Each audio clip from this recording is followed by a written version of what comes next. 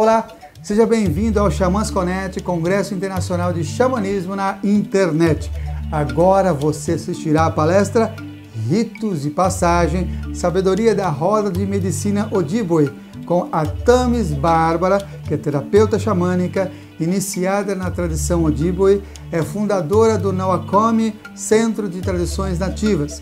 Há vários anos compartilha cursos de formação sobre tradições nativas no Rio de Janeiro, em várias capitais brasileiras, também na França e Bélgica. Ela também é colunista no nosso canal Consciência Próspera. Lembre-se, papel e caneta na mão, tablet ou celular para fazer suas anotações. Aproveite também e se inscreva em nosso canal. Curta e compartilhe o link desse vídeo com seus amigos. Esta é uma das formas de você apoiar positivamente este projeto. Fique agora com a fala inspirada de Thames Bárbara.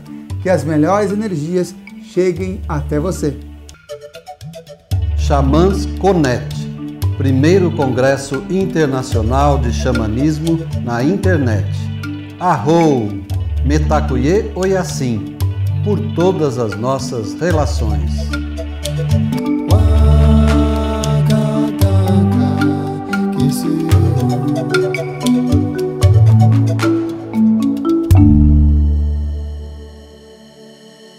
Então, meu nome é Thames Bárbara, eu sou amazônica, eu nasci aqui no Rio de Janeiro por um acaso, mas sou do Amazonas, fui criada lá.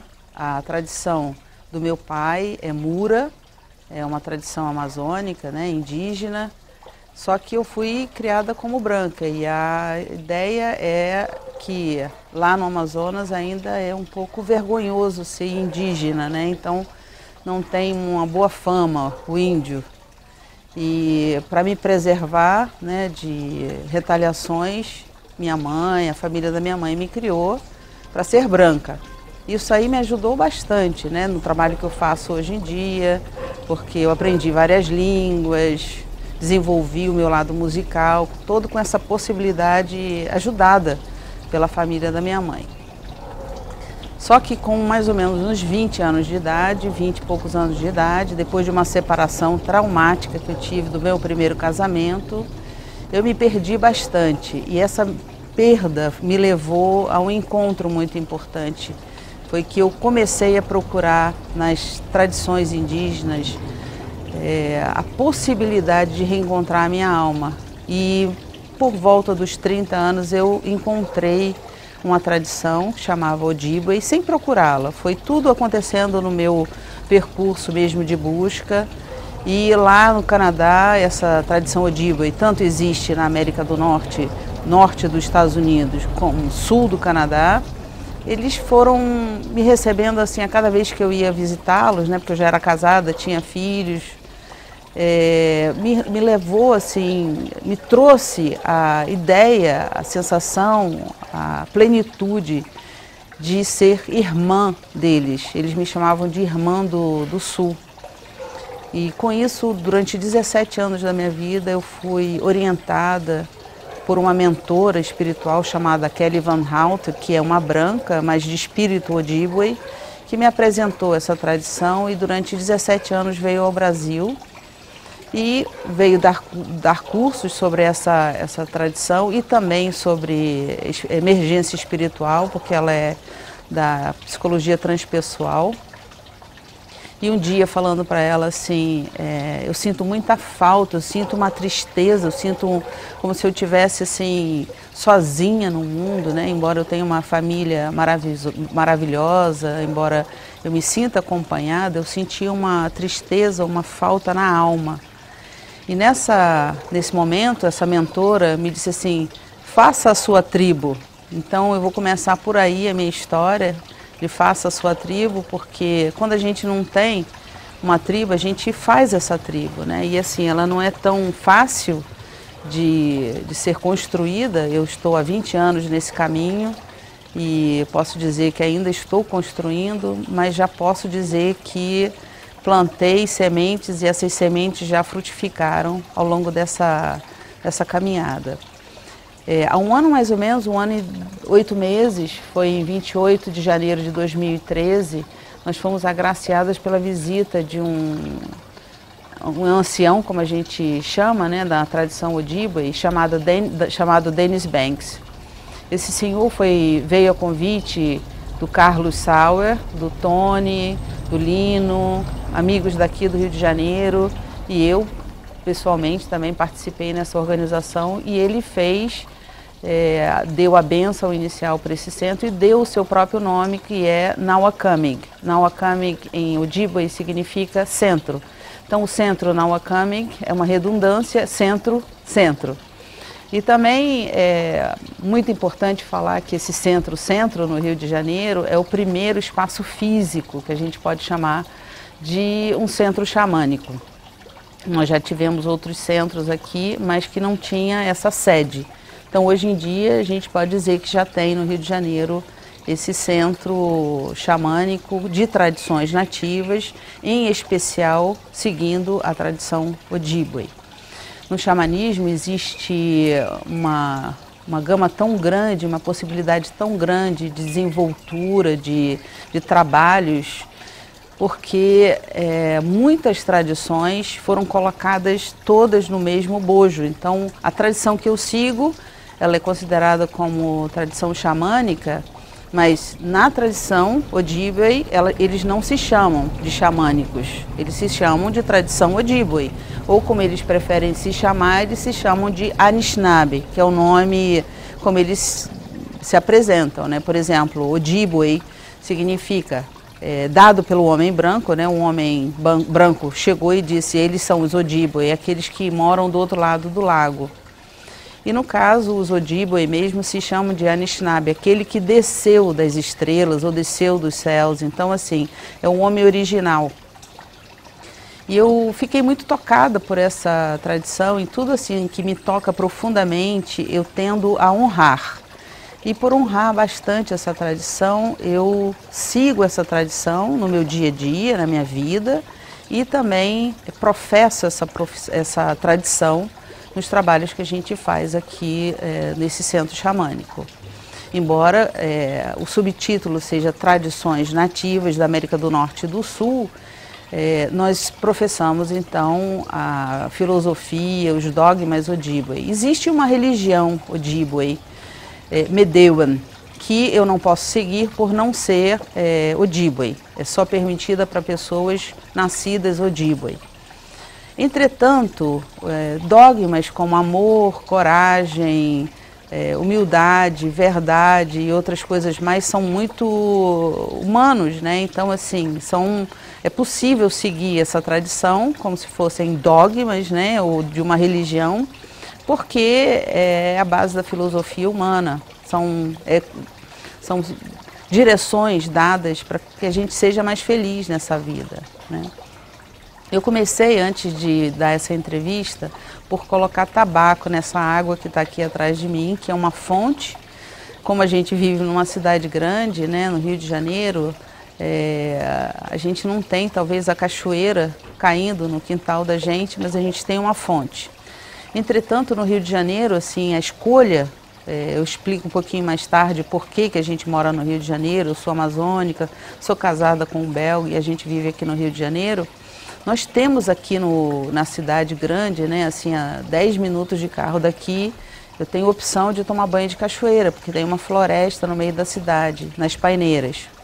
Então, a gente tem essa força da água, a gente tem a força das pedras por conta das montanhas que ficam aqui próximo. Nós estamos localizados embaixo do lado esquerdo do braço do Cristo Redentor, que é um cartão postal da cidade e uma das maravilhas do mundo, né, construídas pelo homem.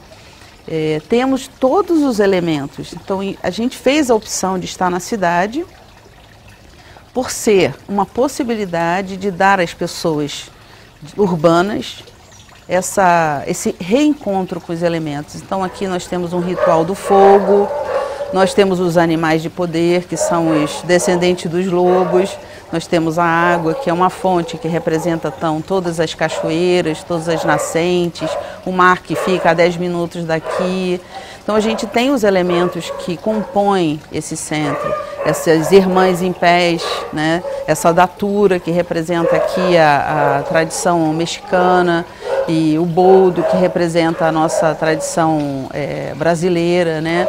Então são muitos elementos compondo um centro urbano e um centro xamânico dentro desse centro urbano, formando essa tribo. Hoje em dia eu já posso dizer que nós temos seguidores ou alunos, como queiram chamar, porque quem segue uma tradição, na tradição que eu sigo, são seguidores dessa tradição.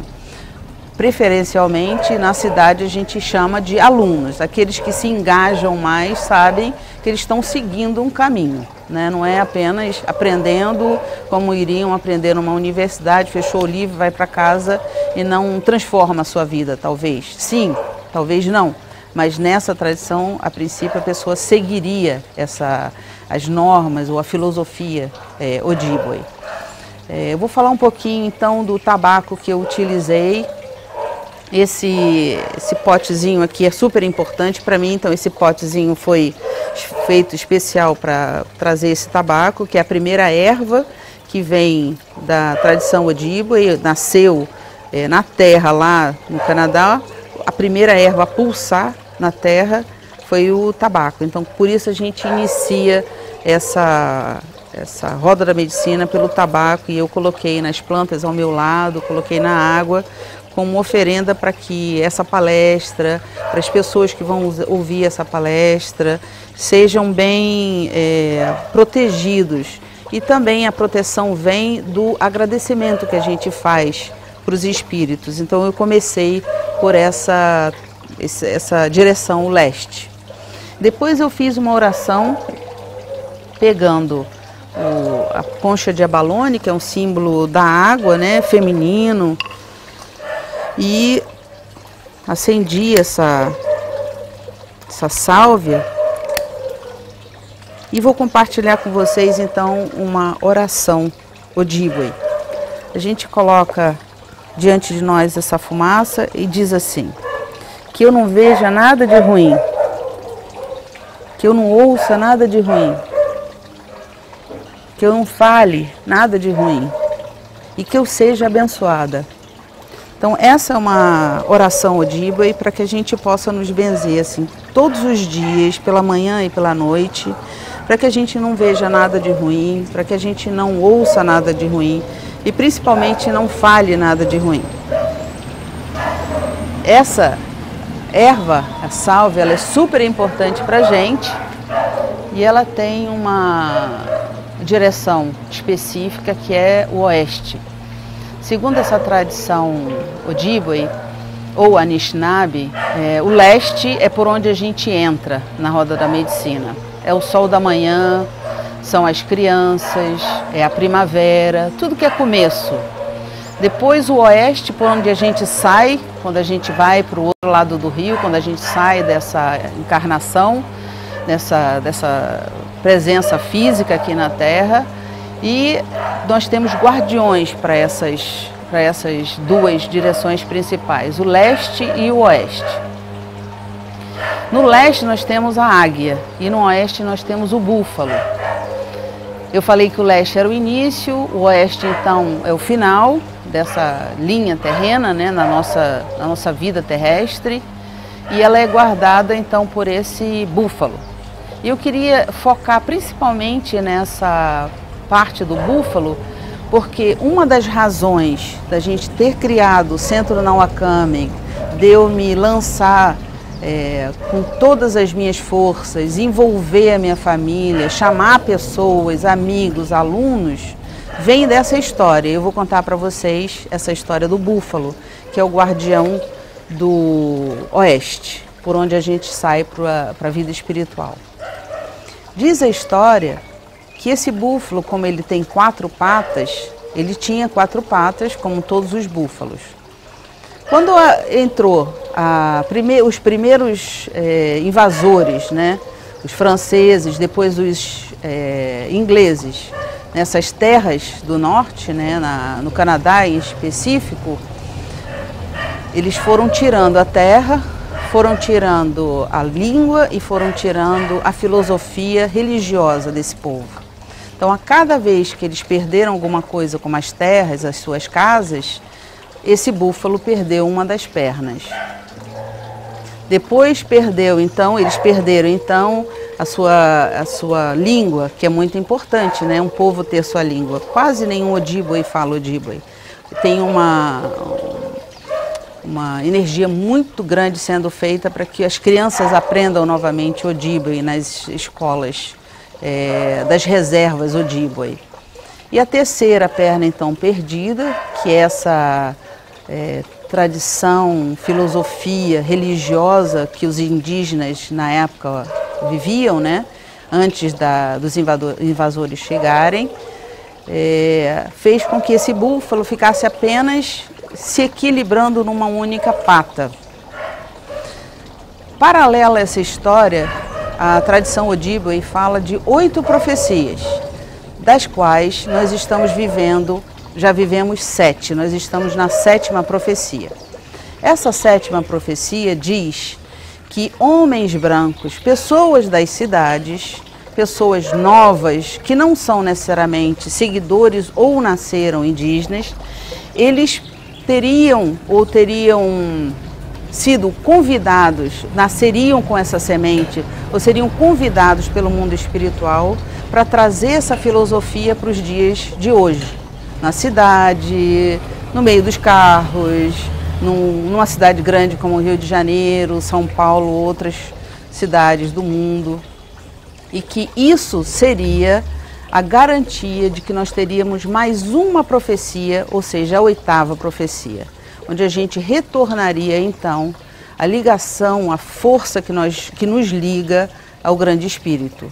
Aquela força que é feita através da nossa conexão com a terra, com as plantas, não só de uma forma ecológica, não só de um interesse político, de salvar a terra, mas porque a gente veria em tudo que existe a presença do Grande Espírito. E por isso, cada planta, cada pedra, a água, a terra, o ar, o fogo, tudo teria a presença desse Grande Espírito e teria o seu próprio Espírito. Então, esse retorno ao que já foi antes das invasões acontecerem na América do Norte até a América do Sul, há mais de 500 anos atrás, isso garantiria que nós teríamos ainda mais uma profecia, que seria a 8ª profecia, que é quando a gente se encontra. Então, isso aí é que anima o meu trabalho, isso aí é que animaria todas as pessoas que se aproximam desse centro, na Wakamin, para que a gente lute, para que esse búfalo, que inicialmente ficou apenas com uma pata, recupere as suas patas. Segundo os anciões Ojibwe, esse búfalo só faltaria uma perna, porque nós já conseguimos fazer com que essa tradição passe a ser vigente novamente, utilizada pelas pessoas. A outra perna, porque se está avivando novamente o uso da língua Ojibwe. E essa última perna, que talvez ainda não seja completamente restabelecida, porque os tratados feitos com os índios não são respeitados e, portanto, eles não têm uma reserva, ou uma casa, ou uma terra como eles tinham antigamente. Hoje em dia, as reservas os limitam muito para caça, para moradia. Então, como eles são nômades, eles foram obrigados a ficarem em reservas. Por isso, essa pata talvez seja a mais traumática. O búfalo do oeste está se equilibrando em 3 patas, né?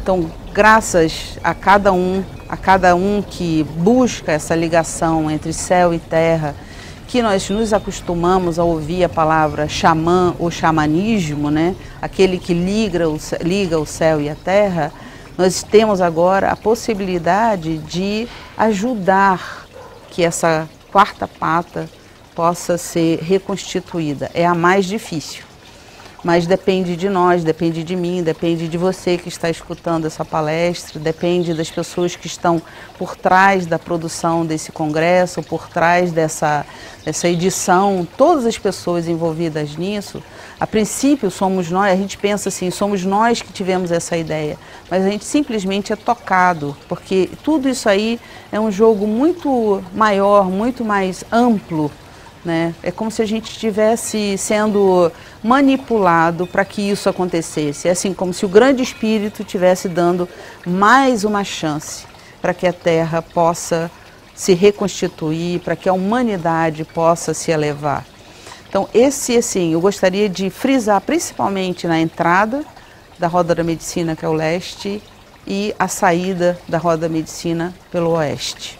Talvez num segundo momento eu pudesse falar sobre o norte e o sul, que são intermediários dessa vida terrena. O norte é onde a gente se apoia nos anciões, nos sábios, e o sul a gente se apoia no tumulto que é a nossa vida de adolescência. Todas as vezes que a gente estiver passando por conflito, a gente está na Roda da Medicina no sul, nesse momento onde a gente precisa passar por provas importantes, como os ritos de passagem. Os ritos de passagem estão no sul, embora cada rito de passagem seja uma marca do leste para o sul, do sul para o oeste, do oeste para o norte. O rito em si requer a sua parte guerreira, a sua parte de mudança, e ela tem a ver então com a Roda da Medicina e a Roda da Medicina no sul. Eu vou convidar vocês, vou fazer um passeio aqui nesse centro. Nós vamos mostrar uma Roda da Medicina especial que está sendo construída. É uma Roda da Medicina Odiba com 36 pedras. Ela seria para nós assim como se fosse um guia, né, dos meses do ano, das migrações dos pássaros, os principais clãs, em torno do mais importante, que seria o grande espírito, o sol e a terra. Diria, por exemplo, onde nós nascemos, que mês nós nascemos e por quais energias nós fomos tocados antes de vir para cá e entramos na Terra. Então é uma Roda da Medicina que eu fiz a opção de fazer da seguinte forma. Eu pedi a cada aluno, seguidor ou participante desse centro que trouxesse uma ou mais pedras para que a gente fosse construindo aos poucos. Essas 36 pedras constituiriam então essa Roda da Medicina, para que a gente fosse construindo com a energia de cada um. Então, por exemplo, alguém traz uma pedra da claridade. Essa pedra da claridade, essa energia de clareza, ela seria abraçada por essa pessoa, ela trabalharia então essa claridade nela. Da mesma forma, aquele que traz a pedra da sabedoria ou a pedra da terra ou a pedra do sol, traria assim a energia de cuidador daquela energia, não apenas da pedra, não é só trazer uma pedra e colocar ali. Então assim, nós estamos criando uma Roda da Medicina física e uma Roda da Medicina de costumes, de vivência, porque aí ela não fica apenas uma representação física do que é verdadeiramente uma Roda da Medicina. A Roda da Medicina, mais do que tudo, é a vivência. Tem momentos, como por exemplo eu falei, na parte da manhã, quando a gente entra, né, o sol, a gente está assim meio friozinho ainda, a gente é meio bebezinho, então a gente não está assim para fazer tudo. A gente precisa tomar um café para despertar, não é isso? Então assim, a Roda da Medicina tem isso também. Tem o seu momento onde a gente está assim, encaminhando as coisas de forma como um bebê, meio de 4 patas ainda. Depois a gente precisa sair de casa ou a gente precisa desenvolver alguma parte importante da gente. A gente passa pelas provações e a gente, se conseguir ultrapassar esse momento ritualístico, a gente consegue ultrapassar uma fase e por isso a gente é reconhecido pela comunidade já na outra fase. Então, a roda da medicina, ela vai orientando o teu dia a dia. Uma hora, mesmo durante uma hora, a gente pode dizer que a roda da medicina funciona. Eu, por exemplo, comecei assim, falando com vocês, meio devagar, depois eu fui me soltando, talvez essa folha que caiu agora aqui diante de mim vai me dizendo que eu já estou num outro momento, que eu já estou me sentindo mais livre para falar para vocês. Então, tudo isso que vai acontecendo, em uma hora a gente pode dizer, ah, tá bom, então eu estava assim, agora eu estou assim, vou ficar assim daqui a pouco, porque sempre é uma coisa atrás da outra. É bem marcadinho tudo que acontece na nossa vida. Uma frase muito bonita que eu escutei de um ancião uma vez é assim, tudo é fase. Pode ser que demore um pouquinho mais, mas tudo é uma fase. Então, assim, a gente sempre passa de fase.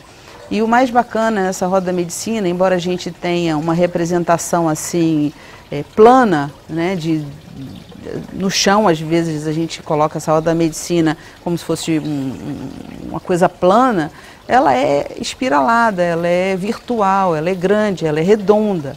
Então assim, a gente nunca volta para o mesmo estado. A gente avança nas fases, mas a gente está sempre numa elevação. Isso aí conta a nossa experiência. Então, cada vez que a gente passar ou pelo leste, ou pelo sul, pelo oeste ou pelo norte, pelos elementos que compõem cada roda da medicina, cada parte da roda da medicina, nós vamos estar, em relação a isso, sempre numa outra dimensão. Como se a gente fosse criança, tudo bem, mas eu não sou criança como eu fui ontem. Nem sou criança como eu comecei essa palestra, eu sempre vou estar avançando nisso. Isso aí foi dado pelo Criador para que a gente tenha essa possibilidade de sair dessas fases e se elevar. Cada vez mais a gente tem que se aproximar do centro, não apenas para o alto, por isso a gente pode ir também para baixo. Uma das rodas de medicinas mais importantes que eu conheço nas tradições do norte é a tenda de suor. Na tenda de suor, ela é abaloada, ela é uma roda, né? Tudo aquilo que a gente vê em cima está acontecendo embaixo também. Ali também a gente honra as 4 direções, os ensinamentos referentes às 4 direções, mas ela é muito uma provação. Ela é muito utilizada como um rito que você precisa passar uma dificuldade. E essa dificuldade pode ser você estar superando o medo de escuro, a dificuldade do calor. E nessa roda da medicina, que a gente chama de tenda de suor, na tradição Ojibwe, ela tem uma característica muito específica, eu não sei como é nas outras, mas assim, na tradição Anishinaabe, o homem é o que cuida do fogo, é aquele que corta madeira, aquele que aquece a pedra, né? Os irmãos pedras, e aí eles vêm para dentro da tenda. Quem recebe geralmente é uma mulher. Essa mulher medicina dessa tribo, colheria, banharia com a água, porque a água é da medicina da mulher nessa tradição. Diferente em outras tradições, mas nessa a água, quem cuida é a mulher, nós banharíamos as pedras com a energia feminina.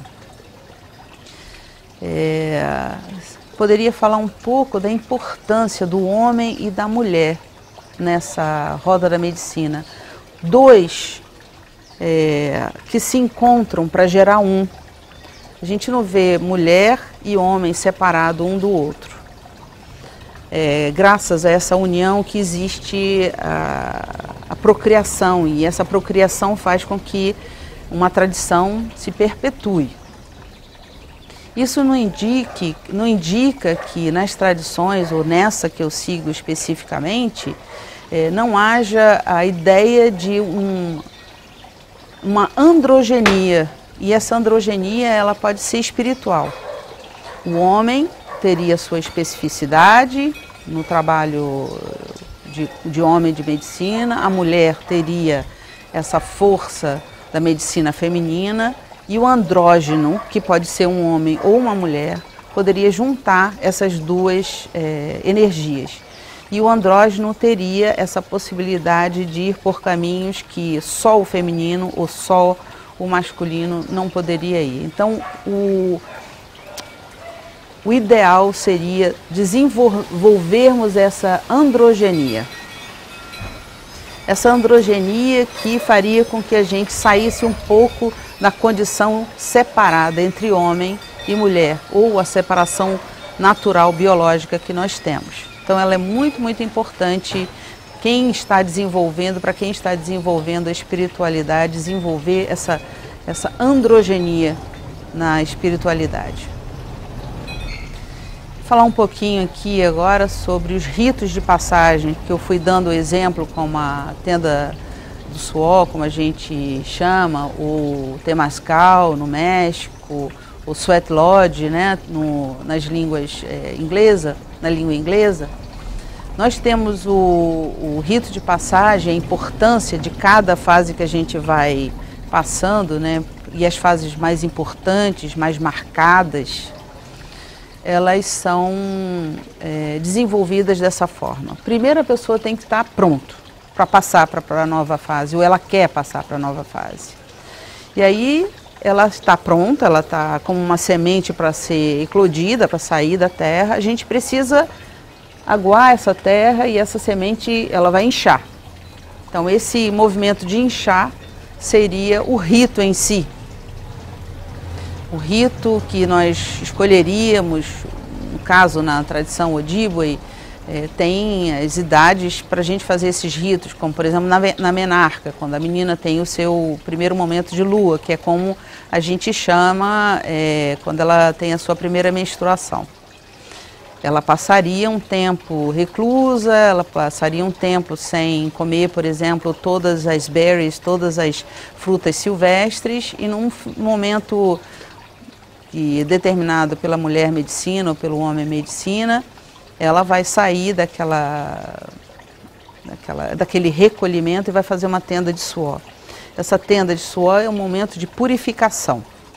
E a partir desse momento todo, que foi o ritual, né, feito por várias etapas, essa menina, a princípio, vai ser uma mulher, ou ela vai estar pronta para uma nova fase. E aí a gente chega num momento muito importante de qualquer rito de passagem. Ou seja, a pessoa está pronta, aconteceu o rito em si e a comunidade precisa acolher essa modificação. Se não houver essa modificação no olhar da comunidade para com o novo que a pessoa ultrapassou, a pessoa vai estar ainda na fase anterior. Dentro dela, ela, por exemplo, já é uma adulta, ou o homem já é um adulto, mas a comunidade ainda está vendo aquele menino dentro daquele homem, então ele continua adolescente. Eu acho super, super importante esses ritos serem celebrados de uma forma onde envolvam uma comunidade, justamente por isso, porque os deveres que a pessoa passa a ter, ele é apoiado pela comunidade. E tudo aquilo, todos os frutos que também as pessoas vão adquirir sendo adulto, a comunidade passa a ajudar ou apoiar essa menina ou esse menino na sua nova fase. Isso aí também, aqui nesse centro nós fizemos a opção de fazer ritos de passagem na menarca e marcar anualmente as mulheres que se tornaram sábias, que tenham no mínimo 50 anos e que não mais menstruem, para marcar o sangue sagrado, o sangue sábio, né? Nessa tradição, as mulheres ou mães de clã são as pessoas que dizem o sim ou não para algo muito complicado ou que dão a direção para algo novo para aquela tribo. Existe sim a figura masculina e a figura política do chefe, é aquele que caça melhor, é aquele que representa melhor aquele povo, que vai conseguir mais coisas para aquele povo. Mas se, por exemplo, ele fizer alguma coisa que sairia do feitio, vamos dizer, aceito pelo Ojibwe, eles vão até uma mãe de clã e é ela que vai dizer, ele continua ou não continua chefe. Então, assim, é uma tradição ainda onde a mulher é muito importante, tem um papel muito importante nas decisões da comunidade, né? Como antigamente, como muito tempo atrás, as tradições tinham, onde a mulher, que é a provedora, é a criadora, ela é a mais próxima do que nós chamamos mãe terra. É aquela que cria, é aquela que produz, é aquela que acolhe, é aquela... E quando eu falo de mulher, eu falo especificamente do ser feminino, mas falo também da espiritualidade feminina que cada um traz dentro de si. Homens também poderiam desenvolver essa força de criação que a mulher tem, né? Eu poderia falar um pouquinho agora sobre as canções que nós usamos bastante. Uma das partes de desenvolvimento espiritual que eu escolhi foram canções, porque as canções elas podem ser de cura, de celebração, de ritos de passagem. E esse ano existe uma determinação de seres muito especiais que a gente entra em contato aqui nesse centro, que são as baleias. Poderia contar essa história talvez num outro momento, porque ela é muito longa. Mas entrando em contato com esses aliados de poder, as baleias, elas disseram que a gente tinha que cantar muito e dançar muito esse ano. Dançar a gente ainda não conseguiu fazer as aulas de dança, mas nós conseguimos começar os cantos. E a gente tem percebido assim que, primeiro que atrai bastante pessoas, porque as pessoas se sentem bem nas aulas de canto. E segundo porque através dos cantos a gente passa uma mensagem. Se é um canto de cura, talvez não precise explicar a mensagem, porque a pessoa vai sentir a energia de cura daquela canção. Então hoje, um pouquinho mais para frente, eu vou cantar com a minha filha uma canção que se chama A Canção Mais Longa, A Caminhada Mais Longa. Na tradição Ojibwe, como eu falei, as mulheres cuidam das águas. Então, no Canadá, por exemplo, cada mulher ou cada reserva traria um pouco da água dos 3 mares, né? O mar Ártico, o Atlântico, o Pacífico. E elas vão trazendo isso em caminhadas, né, em marchas mesmo. E claro que se eu não conseguir caminhar um mês, eu vou caminhar um dia, eu caminho uma semana e vou passando essa água que veio desses mares para serem levados aos lagos, aos grandes lagos. Nessa caminhada, é daí que vem essa canção, e por isso que eu gostaria de cantar para vocês. É a que acompanha essas mulheres nessa marcha, né? Nessa marcha onde elas vão rezar pelas águas do planeta, trazendo então águas desses 3 mares que circundam o Canadá. E claro que as águas de rio também, nascidas nas geleiras. Mas gostaria de falar da importância dessa canção. Ela nos ensina uma coisa muito importante. Talvez a gente não vá fazer uma caminhada tão longa, saindo do Amazonas, indo até o mar, ou pegando água no mar e levando até a Pororoca, mas a gente poderia pensar numa caminhada muito longa, que uma vez um ancião me disse, a caminhada mais longa do ser humano é sair da cabeça e ir para o coração. E a gente na cidade ou a gente na natureza, seja lá onde a gente estiver, a ideia seria sair da cabeça e ir para o coração. A saída, o entendimento da humanidade, para onde a gente vai, vem do coração. O coração seria o lugar mais próximo onde está alocada a nossa alma.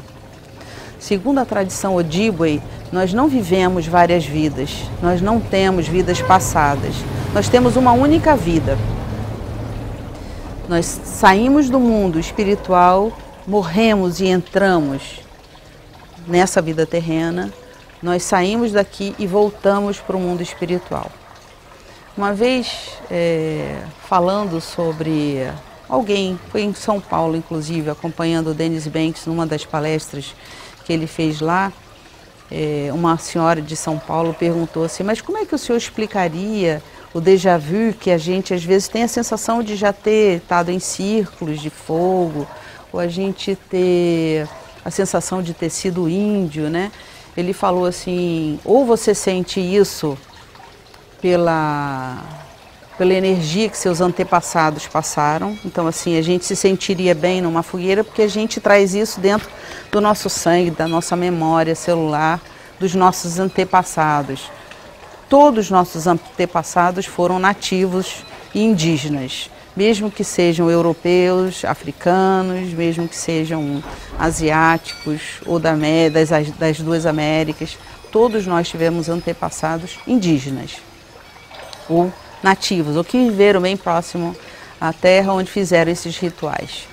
Então, ou você traz essa memória disso, ou você traz a memória, porque enquanto ser espiritual, você pode dar umas passadinhas na terra e visitar esses locais e por isso você se lembraria deles, né?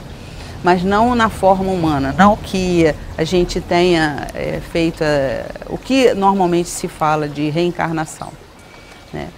Eu acho assim que para um primeiro contato, para uma palestra, a gente está se aproximando de um momento onde a gente pode dizer assim, com isso vocês já teriam bastante o que pensar, já teriam bastante coisas para pensar e refletir na sua vida e tentar talvez aplicar algumas coisas para que a gente possa reconstituir de uma forma bem lúdica, mas séria também, reconstituir essas pernas desse búfalo que eu falei inicialmente e a possibilidade de nós irmos para a 8ª profecia. Esse é o meu desejo. Eu sou a Tamis Bárbara, meu nome espiritual é Mulher Beija-Flor, do clã do Pássaro Trovão. E eu falei. Gostou da palestra? Se você chegou até aqui, provavelmente sim. Sou Samuel Souza de Paula, idealizador do Xamãs Connect, Congresso Internacional de Xamanismo na Internet e autor do livro Práticas Bioxamânicas, Despertar das Capacidades Interiores. E é uma alegria saber que está prestigiando esse evento onde grandes condutores xamânicos compartilham as melhores práticas para o reconhecimento do seu poder pessoal, manter melhores relacionamentos, desenvolver sua espiritualidade e ampliar sua consciência com dicas, jornadas, segredos e um conteúdo imperdível. Deseja apoiar e se beneficiar ainda mais com esse projeto? Acesse ao site xamansconnect.com.br e informe-se que as melhores energias cheguem até você. Arro Mantaku Yoyasi por todas as nossas relações.